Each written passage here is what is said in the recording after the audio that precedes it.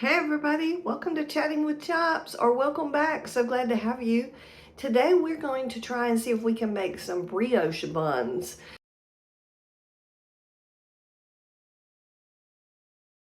I thought I'd show you off all my little ingredients for our brioche buns. I got everything all divided up. Now you don't have to do this when you're baking. I just find that it double checks that I have all my ingredients that I needed ahead of time and everything's all measured out. So the first thing we want to do is we want, in a large bowl, we're going to take our 1.5 cups flour, and we're going to take our 1/2 cup of sugar, and then we're going to take our yeast, which we have 2 packages of our Fleischmann's Active Dry Yeast Original. I have 2 packages of that we're going to put in there. And then we have some lemon zest. So we have 1 teaspoon of grated lemon zest.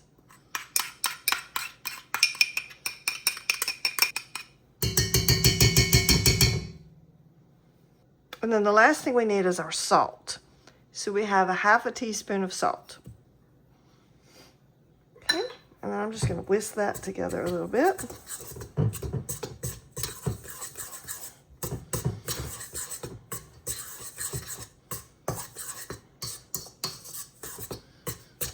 And I will say, as an added note, I'm a little nervous about this recipe. I have not been successful with baking recipes that I don't grow my yeast first before I start mixing it into anything. But I just put that dry yeast in here, and then we're going to warm up something to put in this. So we will see. I am cautiously optimistic. Now we're going to heat our butter and our milk. Okay, so what we have done is we have a little small saucepan, and I've got it on low. I'm gonna put it kind of on low medium. What we're gonna do is we're gonna take 1/2 cup of milk. You can use 2%, you can use regular whole milk, you can use vegan milk.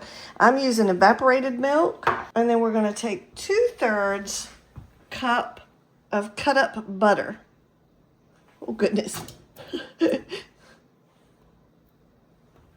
So what we're going to do is heat this up to between 120 and 130 degrees.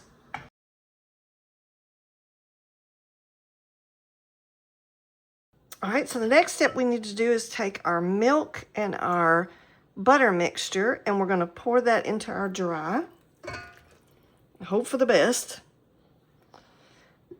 And then we're going to beat this until it's all nice and moist. Everything's all nice and wet.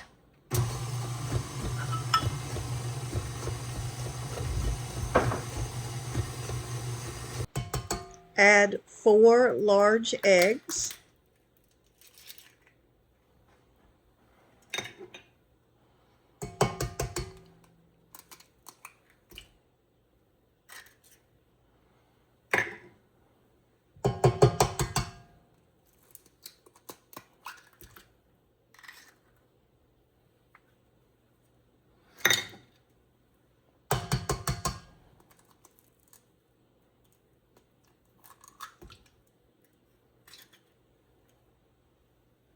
Next step we need to do is let this beat on medium for about 2 minutes.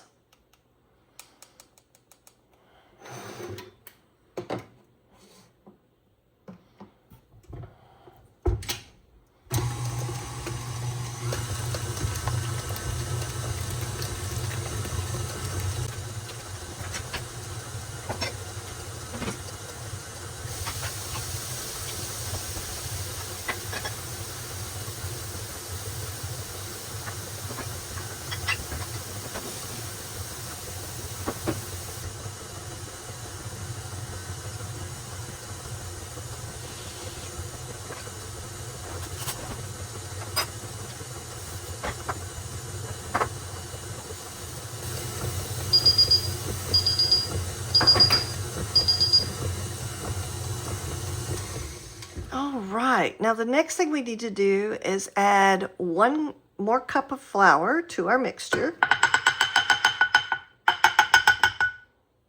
Smooth.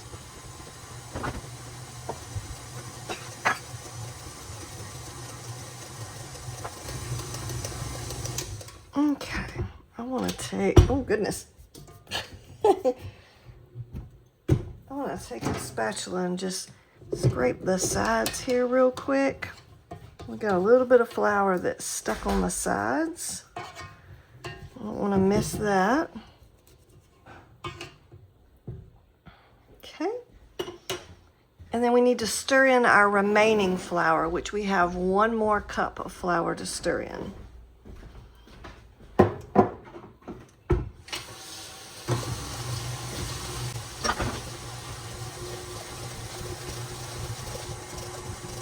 I have never made a bread recipe like this before.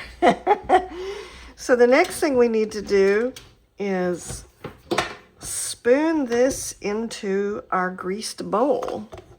And yes, I said spooned.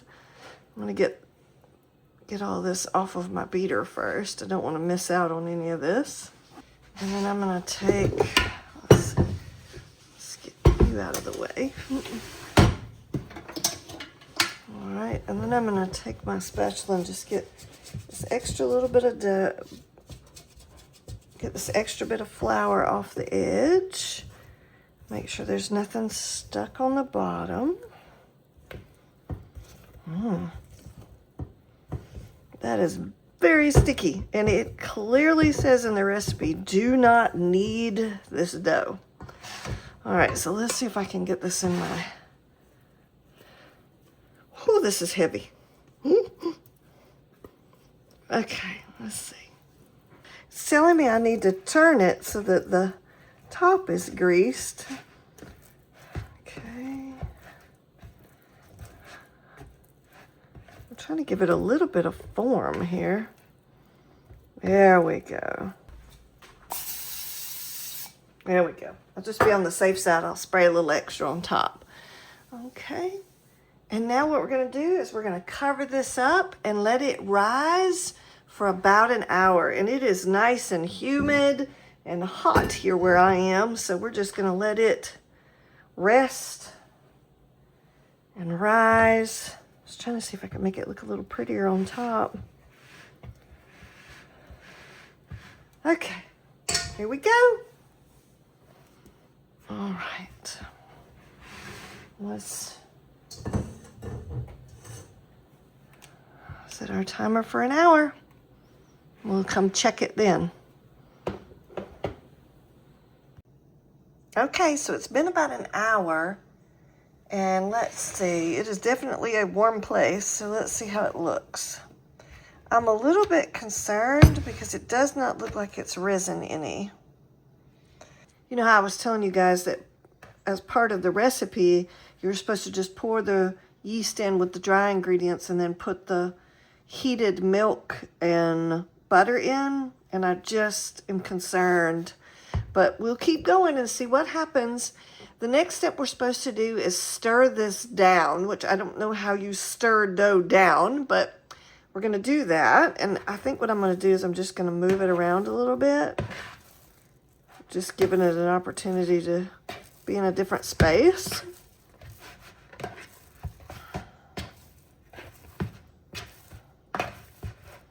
Okay, all right, so the next step is we need to cover it up and refrigerate it overnight.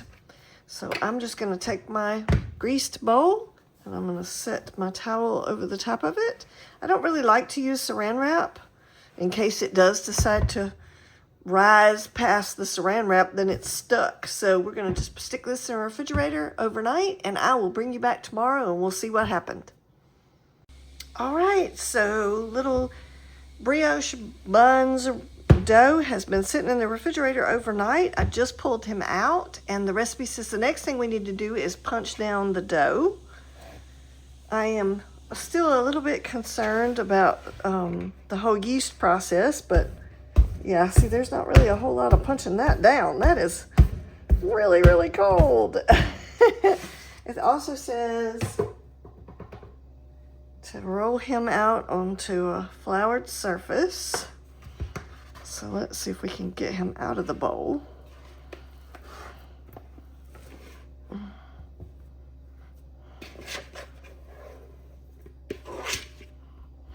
Cover and let him rest for another 15 minutes, which I can agree with that because that is very cold dough right there. Depending on what temperature your refrigerator is, that could be really, really cold, and I don't know how you're going to work with that. So here we go. We're going to cover him back up and leave him be for about 15 minutes.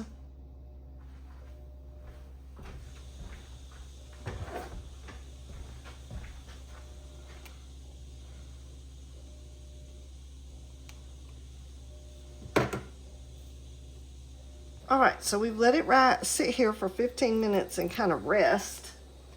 And so now what we need to do is we need to shape this dough into 12 balls. So good luck on me on that one. Let's see.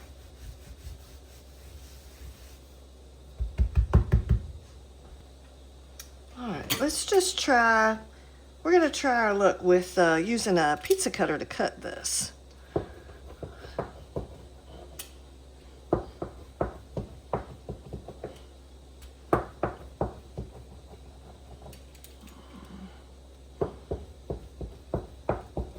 That's working pretty good. I won't say that they will be even. Okay. We're gonna take our greased muffin tin and shape these and see if we can't make them into some nice round balls and put those in our greased muffin tins. Now again, they're not all going to be the same size, but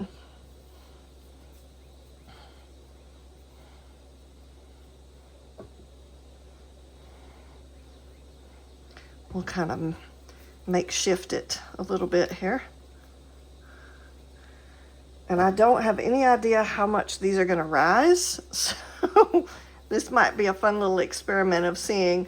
This is a standard muffin tin, and I have them about, I guess that one's a little bit smaller. We might add to him a little bit, but I have them kind of shaped to where they're about even. This one I'm not sure about this dough, folks. We're just gonna have to wait and see.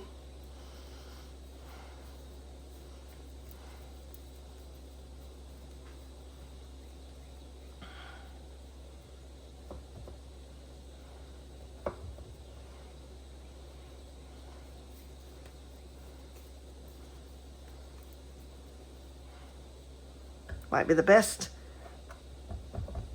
brioche buns I have ever made. Considering I've never made brioche buns. Okay, just trying to make sure we got them nice and folded in together. I'm gonna take a little bit of him to put with that one.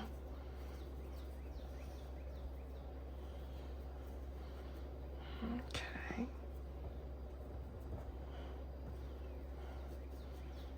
I'm just trying to fold the dough in together. I'm kind of trying to make them a little bit round.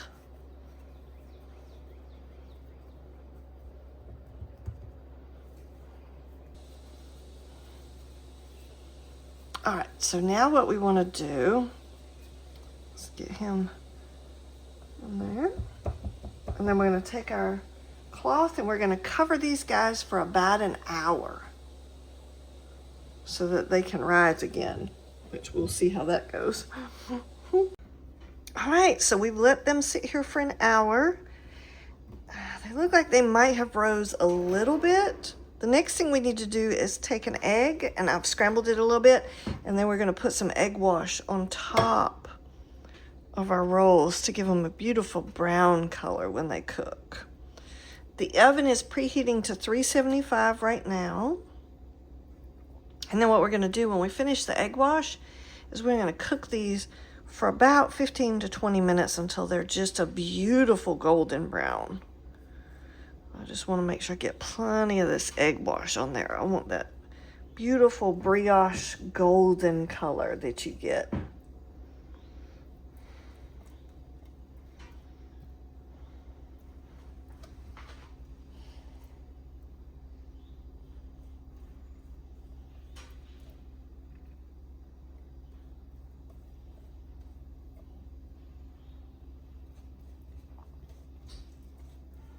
Okay. All right. So we're gonna put those in the oven.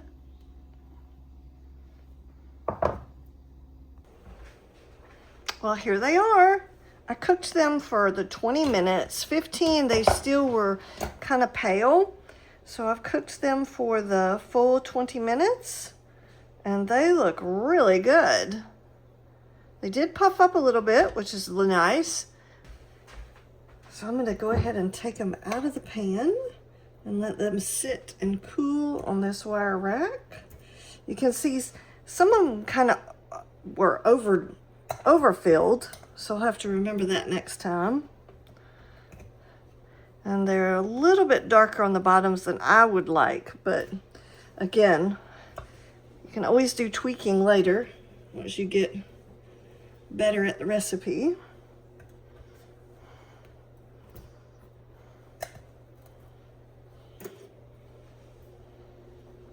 They all look really, really good. And then I'm just gonna let them sit here and cool, and then we'll come back and try one and see how they taste.